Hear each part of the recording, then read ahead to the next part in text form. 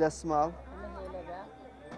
هێلک بە جلوبەرگی ڕەسەنی کوردیەوە هاتوونەتە بەردەرکی سەرای شاری سلێمانی و دەیانەوێت بەشداری لە یادی 240 ساڵی دامەزراندنی شارەکەیان بکەن و جلە کوردیە ڕەسەنەکەشیان بە گەنجان بناسێنن.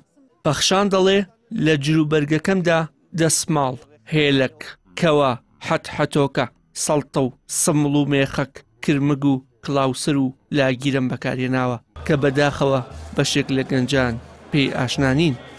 سلێمانی هەموو خۆشیێکی بەن بەخشەوە لەبەرەوەی لە باوباپیان و خەڵقی سلێمانی و لە سلێمانی لەدایک بووم.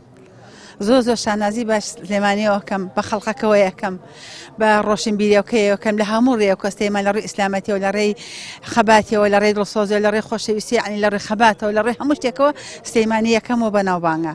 ئەمنیش بۆیە بەم جلانە هاتوومە حەزەکەم جلی کوردی ڕەسەن بۆی خەڵک بزانێ ئێمە کوردین بە جلی کوردی ڕەسەنەوە بینە دەرەوە.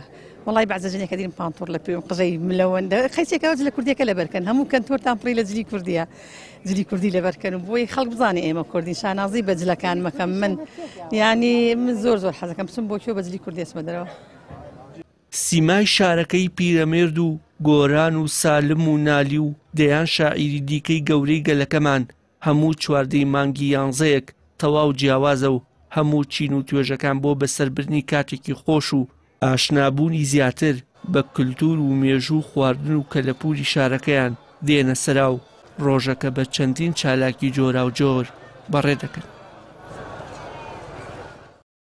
هەموو قەوم و هەموو گەلێبۆنەیەک و شتێکی هەیە بەڵام دامەزراندنی سلێمانی دروستبوونی سلێمانی بۆ چواپاتێک کوتە شتێکی نۆزهور و شتێکی خۆش و شتێکی دانسخەیە ئەبێ ئێمە بەتەمەن ئەم شتانە بۆ گەنجەکان ڕوون بکەینەوە کە ئەم شارە لە خۆوا دروست نەبوو ئەم شار لە خۆ پێ نەگەیوە ئەم جارە حەمدوسەنا بۆ خوا ئەم ئاسایش خۆشی هەروە دروست نەبووە مامۆسای گیان حەمدوسەنا بۆ خوا شکوی لە هەموو ڕوویەکەوە لە ڕۆشنبیرەوە لە هەموو هینەکە ئەم شارەمان ئاوەدانە.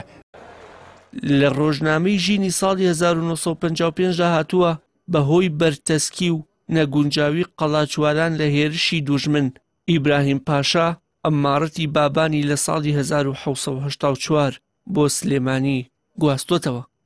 وشار محەممەد کەناڵی ئاسمانی پەیام سلێمانی.